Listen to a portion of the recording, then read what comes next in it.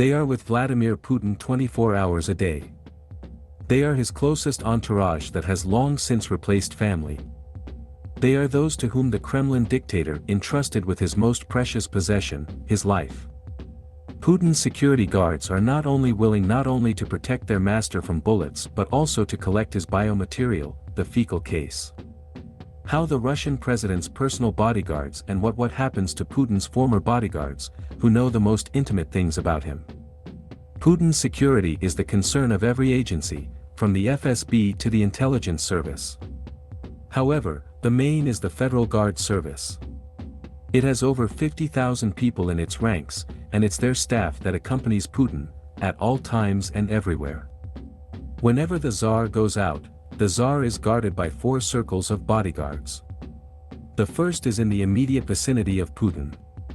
Guys with an earpiece in their ear and a suitcase in hand, which is actually an armored shield for protection.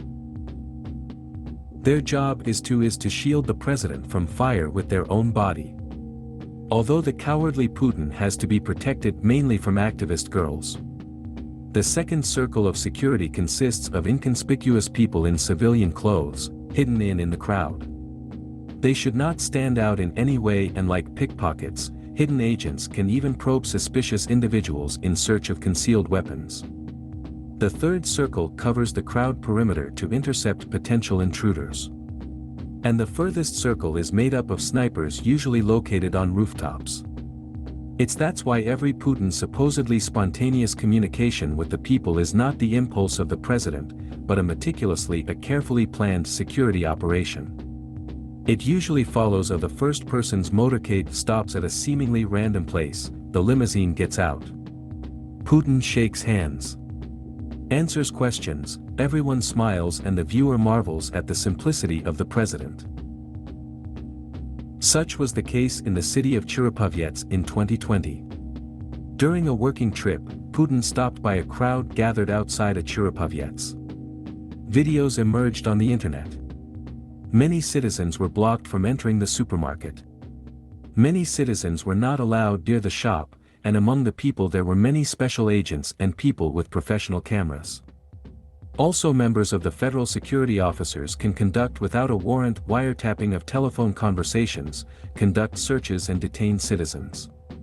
Putin's personal security guards carry such an arsenal of weapons that are enough to fend off an attack by a small army brigade. The security service is a huge which has absolutely full authority to provide security for the Russian leader. They are equipped with everything from specially designed pistols that can pierce through armor, among other things. Of varying quality, as well as automatic weapons and grenade launchers. This is due to the processes that are taking place on the territory of the Russian Federation, with the confrontation of the security forces among themselves. Putin trusts his security to no one. Putin puts the question of his security to a representative of these structures. They can, without a court order or investigation, wiretap anyone they want, they can detain whoever they want. The Kremlin dwarf is so concerned about their security that it has long been an obsession even before the invasion of Ukraine. Putin has not let the leaders of other countries get close to him. When receiving foreign delegations in Moscow, the Russian president would seat guests at a huge table, which has become an internet meme. A meeting that the president allegedly held with stewardesses or mothers of fallen Russian mobilized, turned out to be nothing more than a montage inept. Putin's security, in an effort to protect his master, can sometimes overdo it. In the summer, the opposition media, citing a source in the FSO, reported that the president's guard shot and killed a mobilized man at a firing range near the city of Ryazan. The tragic incident occurred when Putin arrived at the firing range. One of the mobilized men saw the president rush to say hello to him with his outstretched arms as if he wanted to hug him.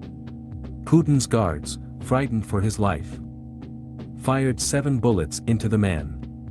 The scene of the murder was quickly cordoned off and all witnesses from among the mobilized were threatened and ordered silence. After the death of the mobilized man, Putin also posed for a video and shooting from a sniper rifle. There are even psychics in the units that provide security for the Kremlin dictator. According to a former employee of the President's Security Service Denis Kravtsov, at one time the Kremlin even created a special unit of psychics capable of sending signals and hypnotize a person. Putin's motorcade travels around the country with an extraordinary sweep, a typical trip through Moscow. It's a convoy of 10 cars, including 5 minivans and 3 sedans, all from the Russian car company Urus.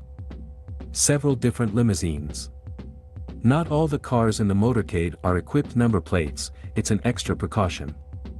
In addition, until Putin will sit in one of the cars.